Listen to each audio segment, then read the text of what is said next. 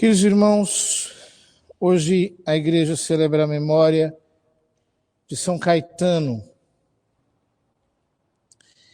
Ele nasceu no final do século XV, que era um período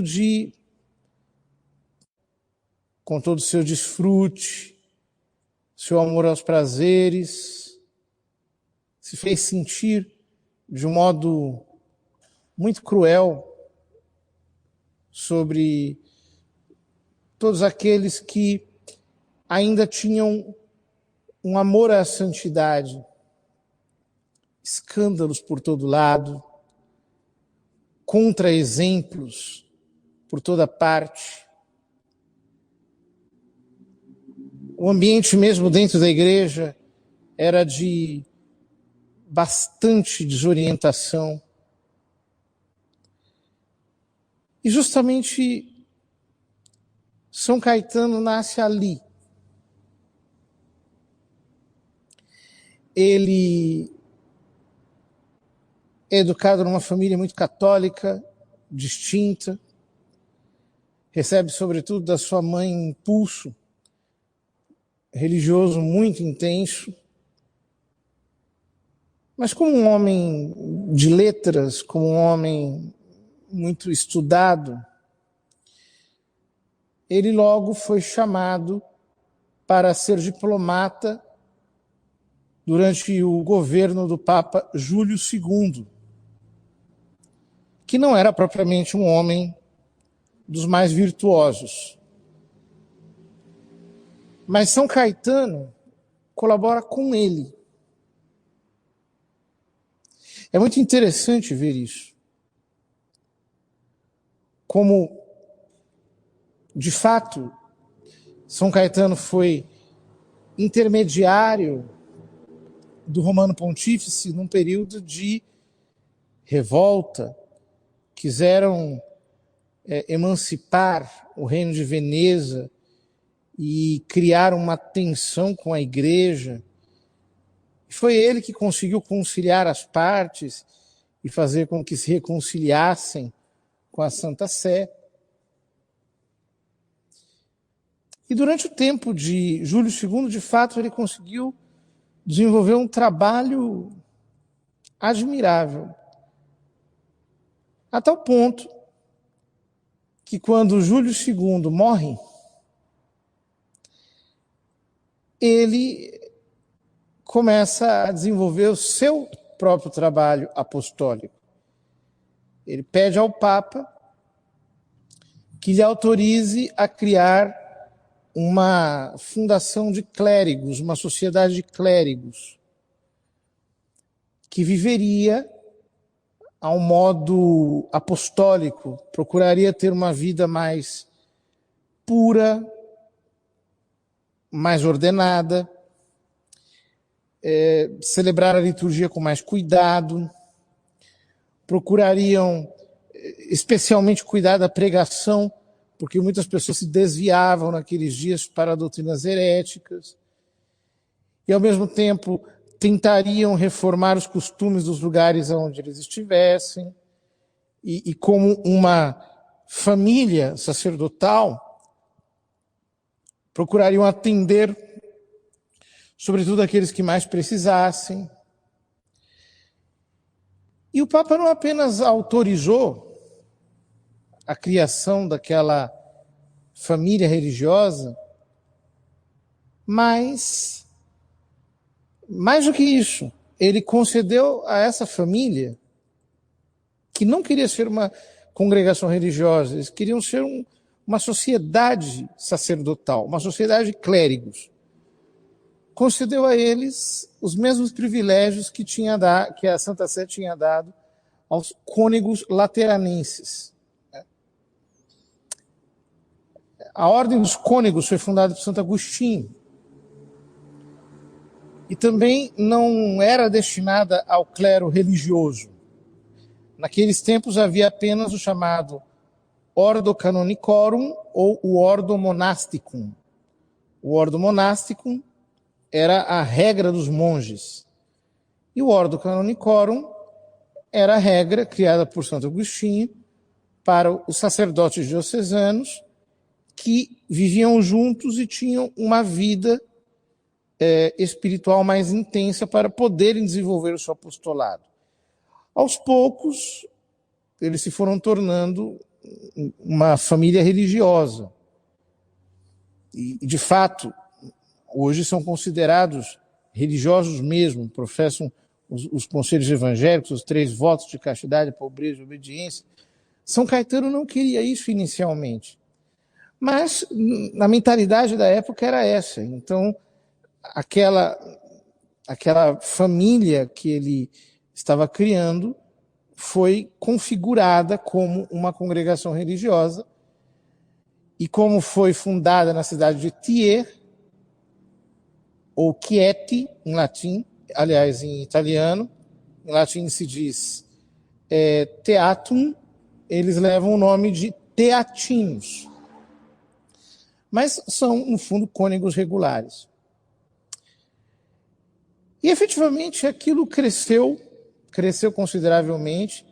São Caetano tinha uma vida muito reta, muito espiritual, dedicado realmente ao apostolado. Ele pegou toda a herança da família e usou para criar um hospital de incuráveis e ficava ali, mas ao mesmo tempo tinha um trabalho incessante na pregação. Diziam que ele era um anjo no altar e um apóstolo no púlpito. Porque ele celebrava piedosissimamente, mas ao mesmo tempo pregava com vigor e ia atrás das almas, de tal modo que o chamaram de conquistador de almas também, porque ele tinha esse dom de ganhar pessoas para Nosso Senhor. De fato, houve, já no final da sua vida, um conflito muito grande, político e religioso, no reino de Nápoles, e ele, como não encontrava meios de estabelecer a paz entre as partes, ofereceu a sua vida a Deus, pedindo que houvesse paz entre aqueles homens, e efetivamente ele morreu, Deus aceitou a sua oferta, e logo em seguida houve paz em todo aquele lugar. Ora, nós aprendemos o exemplo de São Caetano justamente esta atitude de coragem diante da crise. Às vezes nós podemos nos desencorajar, olhando coisas pouco edificantes, pouco espirituais, que estimulam muito pouco a virtude, que nos causam até algum certo escândalo, que nos deixam desassossegados. Não é raro que apareçam pessoas que, quando vem um tempo de crise, toda vez que surge um tempo profundo de crise, digam: olha, o fim do mundo está aí. E cheguem dizendo: olha, está acabando o mundo. Nós, na verdade, não sabemos se está ou não está. Mas que o mundo está acabando desde que começou, isso é um fato. Que cada dia nós vamos chegar mais perto do retorno de Nosso Senhor, também isso é um fato. Mas, nos períodos de grande crise, Deus levanta grandes reformadores. Como foi São Caetano de Thiers. E hoje nós podemos pensar: que tipo de reformas o mundo, a igreja, está precisando? Talvez não mais nas estruturas religiosas apenas, mas no próprio núcleo aonde se dá a revolução, ou seja, no seio da sociedade civil. É ali que nós precisamos de pessoas que hoje atuem para desmontar o jogo revolucionário do inferno, que vem com uma espécie de dilúvio de destruição para corroer todas as estruturas da civilização montada pelo cristianismo. As estruturas da família, as estruturas filosóficas, as estruturas teológicas, as estruturas das nossas crenças, dos nossos valores tradicionais, dos nossos símbolos, dos nossos amores, dos nossos anseios, daquilo que nós trouxemos de mais valoroso. Todos nós podemos dar um pouco mais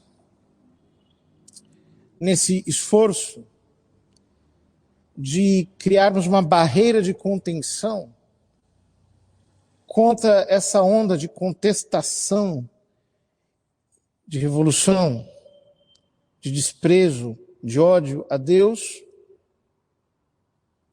e à Santa Religião Católica. Vamos pedir a São Caetano que nós também sejamos apóstolos audazes, cheios de coragem, entendendo que sem a santidade nada disso será reversível. É muito importante isso. Não se trata apenas de iniciativas humanas, porque os homens, eles começam a criar iniciativas e depois eles começam a brigar entre si, eles começam a se destruir, e um começa a falar mal do outro, e um começa a desmontar o que o outro está fazendo, e se dividem, vão virando um câncer, e outro câncer, e outro câncer, aquilo vai o tempo todo criando mais confusão. Por quê? Sem santidade não há virtude. E sem virtude não pode haver nenhuma estrutura firme, sólida. Os nossos defeitos destroem tudo. Nós precisamos ser santos. Se nós quisermos ajudar o mundo, ajudar a igreja dos nossos dias, para termos paciência, caridade, fortaleza, para conseguirmos efetivamente dominar as nossas paixões, ter a graça de Deus para iluminar aqueles que estão perdidos na cegueira do erro. Nós precisamos de santidade, de abundância de vida interior. É por isso que São Caetano quis que o seu grupo de clérigos pudesse, de fato, priorizar a oração, a liturgia, para assim terem uma plataforma de ação apostólica. Um dos cofundadores da Ordem Teatina, de fato, foi Gian Pietro, e agora eu não me lembro o último nome dele, que depois se tornou Papa. E fez um grande bem à igreja. Um grande bem mesmo. E depois apareceram outros filhos espirituais de São Caetano. Foi fundada uma ordem monástica de freiras chamadas monjas teatinas ou sepultadas vivas. Porque a regra delas era tão rigorosa que, diferentemente dos outros mosteiros, o mosteiro delas não tinha porta. Tinha uma parede. Quando entrava uma monja, derrubavam a parede, ela entrava e depois erguiam a parede de novo. Por isso chamavam-se sepultadas vivas. Durou apenas uma geração. Todas as monjas de um nível místico assim, extraordinário. Mas de fato foram heroínas, foram mulheres que deram a sua vida para que aquela obra de apostolado pudesse avançar, pudesse crescer. Vamos pedir a São Caetano que nos ajude, queridos irmãos, que jamais nos desencorajemos, mas concentremos os nossos esforços na verdadeira meta, que é alcançarmos a santidade e ajudarmos a igreja.